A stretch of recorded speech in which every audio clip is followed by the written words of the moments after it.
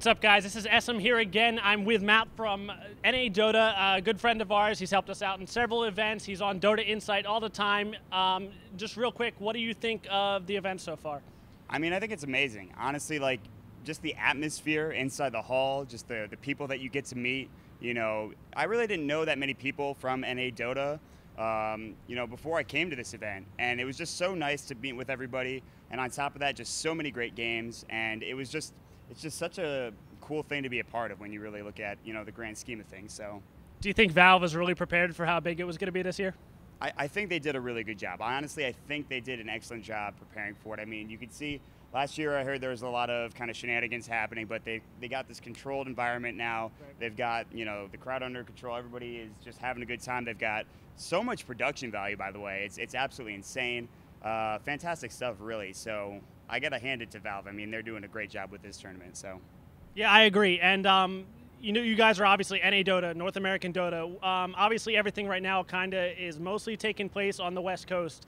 What do you think, as North Americans, we can do to kind of branch out in terms of not only Dota but esports in general in North America? What do you think we need to do? Well, I think first and foremost, we need teams like Liquid to step up and actually, you know, deliver results, which is, you know, exactly what they're doing. That promotes, you know, more American Dota players, you know, more new players who are just getting into it, and even veteran players from NA Dota say, hey, look at this, we've got a shot against these kind of teams. You know, we've played with these people before. And on top of that, you got other leagues, you got other, of course, you've got South America and the ADL forming their league and, you know, trying to get lands going, the CDL or even just any other collegiate kind of Dota thing. That's starting to promote, you know, more tournaments. And really as a whole, I think we just have to get more players committed to play because we have so many great North American players. It's just that a lot of them don't want to invest their time into playing Dota because they don't see, you know, maybe a future in it, or they don't have, you know, they don't want to play with certain people. So it's just a lot of, we need the scene to grow a little bit more in America by just getting more tournaments, stuff like that. And honestly, this should help. I mean, TI3 will definitely help. So, right, absolutely. And I mean, in the same respect, I think the Asian teams, you know, the European teams are really showing us, and more showing that, you know, this is really profitable as a career. And the other thing I think is really that's been more ingrained in Asian and European culture. The video games, as popular as video games are in the United States, I think that, you know, we're starting to realize that it's really a career opportunity because, and I mean, you know, especially when you have young kids who parent with parents who don't really understand that, hey, this is actually something you can legitimately make money from. Right. And I think they're really starting to learn that.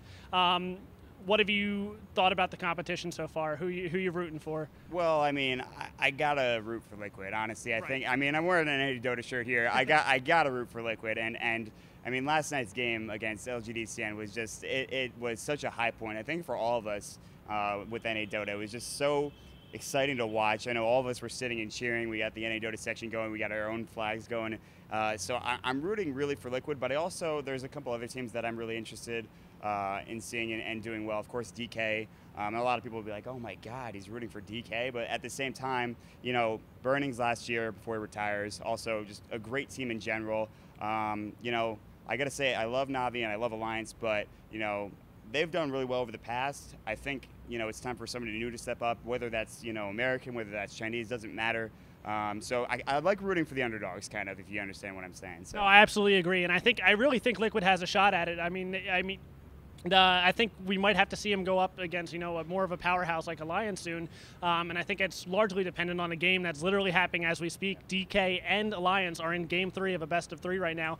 DK managed to finally take a win off of Alliance. First time they've lost in the tournament so far. So do you think that's going to shake Alliance's focus, or do you think it's just going to kind of reinforce how strong they are, you know, for them to make a comeback? I think that Alliance is not an easy team to, you know, kind of fluster. I think they, you know, you take one game off of them, you expect that to happen. I mean, it would be more surprising for them to go, you know, however many games and just win out, essentially. But for you know, if they lose a game, you know, that'll happen occasionally. And the fact that that happened already, you know, I think they're going to come back. They're going to be, you know, refocused, and we'll see how this game that's actually going on right now, you know, stacks up at the end. But realistically, I think, honestly, Alliance is in a really good position, and I think they are, you know, they're quite the juggernaut, but I think that there are ways to beat them as well.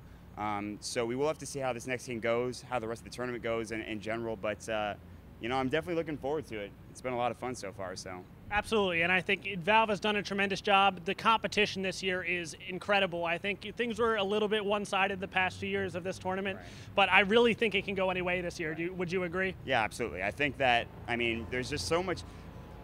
You look back to last year, and just the Asian domination that happened at last year's international was just, it was just so many teams just falling to their hand. But you look at this year, and you don't have, I mean, you have just a higher caliber of teams. I mean, you know, Dignitas coming out of nowhere doing really well. I mean, Rattlesnake played through, they got through the qualifiers, and they did excellently, and they had a tough game against Dignitas. And honestly, I think Rattlesnake, you know, maybe in a different time, you know, could have done, if it was a best of 3 or something against Dignitas, might have taken, you know, that series. But at the same time, there's just so many different teams. You've got Tongfu, who's kind of a dark horse when you look at it. And, you know, right now the Asian teams are still in there. They're still fighting. You know, Fnatic is fantastic as well. So, I mean, we'll have to see. It is just, they have elevated their play to the next level. And Liquid is one of those teams that have done that. So it's exciting to watch. It's exciting Dota. It's really good. It's really good. No, I absolutely agree. It's a really incredible level of competition. Everything is going better than I think Valve or the fans could have expected. Super entertaining. The coverage is incredible. Right. I mean, from the second the doors open and the broadcast starts, these casters and the commentary panel are just nonstop. It's awesome.